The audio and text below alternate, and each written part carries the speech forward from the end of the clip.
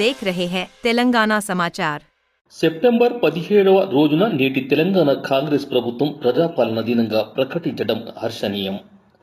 ప్రజల మధ్య మతాల పేరుతో చిచ్చు పెట్టి రాజకీయ లబ్ధి పొందాలని చూస్తున్న బీజేపీ పార్టీ పట్ల అప్రమత్తంగా ఉండటంతో పాటు వారు చేస్తున్న కుట్రలను తిప్పికొట్టాలని కోరుతూ గౌరవ రాష్ట్ర ముఖ్యమంత్రి రేవంత్ రెడ్డి గారు దీవెన ప్రకటించిన మేరకు 2029లో దేశంలో కాంగ్రెస్ పార్టీ ప్రభుత్వం ఏర్పాటు చేయనుందని, ప్రధాని రాహుల్ గాంధీ గారు ఎర్రకోటపై జాతీయ జెండాను ఎగురవేయడం తథ్యమని సంపూర్ణ విశ్వాసాన్ని వ్యక్తం చేస్తున్నామని అన్నారు.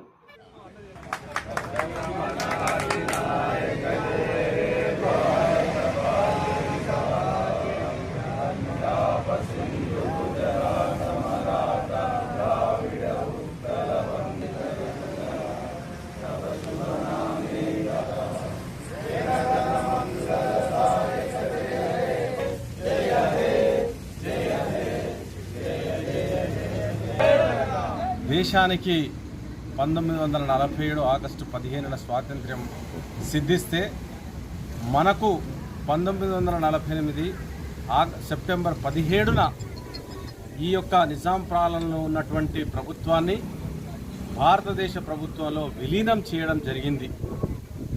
కొంతమంది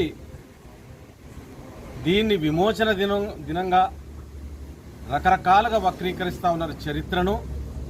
ఆ రోజు నిజాం ప్రభువు తనకు తానుగా వచ్చి సర్దార్ వల్లభాయ్ పటేల్ గారు చెప్పగానే అంగీకరించి ఈ యొక్క నిజాం రాష్ట్రాన్ని, హైదరాబాద్ రాష్ట్రాన్ని భారతదేశంలో విలీనం చేయడం జరిగింది. అన్ని సంవత్సరాలు సుదీర్ఘంగా పాలించినటువంటి నిజాం ప్రభు 1948 తర్వాత కూడా ఈ రాష్ట్రానికి, కొత్తగా ఏర్పడ్డ తెలంగాణ రాష్ట్రానికి, హైదరాబాద్ రాష్ట్రానికి ఆయనే గవర్నర్గా ఉండేది. ఇది చరిత్రను వక్రీకరించి ఇది విమోచన దినం, నిజాం సర్కారు అఘాయిత్యాలను సృష్టించినాడని చెప్పడం జరుగుతూ ఉన్నది, చరిత్రను వక్రీకరించడం జరుగుతూ ఉన్నది. నిజంగా కూడా ఆనాడు భూస్వాములు, జమీందారులు వాళ్ళ కబ్జాల్లో ఉన్నటువంటి భూములను కమ్యూనిస్టులు విడిపిస్తుంటే మేము ట్యాక్స్ కట్టలేను, మా భూములన్నీ పోతున్నాయని నిజాం ప్రభును వేడుకుంటే నిజాం తన యొక్క సైన్యాన్ని దింపి చేసినారు. సైన్యం చర్య లోపల రిజ్వీ అనేట ఆయన, కాసిం రిజ్వీ అనేట ఆయన సైన్యాధికారిగా ఉండి రకరకాలుగా చేసినాడు. కానీ నిజాం ప్రభు ఎప్పుడు కూడా విలీనం చేయను, నేను ఇట్లనే ఉంటానని భీష్మించుకొని కూర్చోలే. ఇది విలీన దినోత్సవం.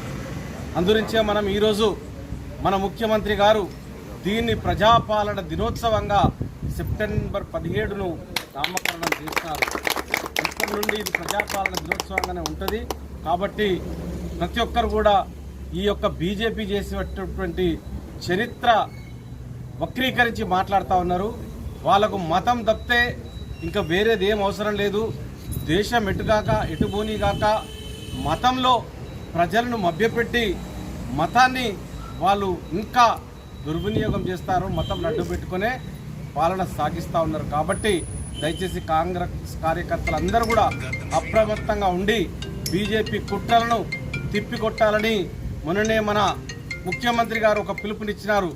రాబోయే 2029 సంవత్సరం లోపల రాహుల్ గాంధీ గారు ప్రధానమంత్రిని చేయాలి, ఎర్రకోట మీద త్రివర్ణ పతాకాన్ని రెపరెపలాడించాలి కాంగ్రెస్ పార్టీ అని చెప్పినారు. కాబట్టి దాన్ని పురస్కరించుకొని మనం అందరం కూడా ప్రజాపాలన దినోత్సవాన్ని పాటిస్తామని తెలియజేస్తూ మరొక్కసారి ప్రజాపాలన దినోత్సవ శుభాకాంక్షలు తెలియజేస్తూ నేను ముగిస్తాను.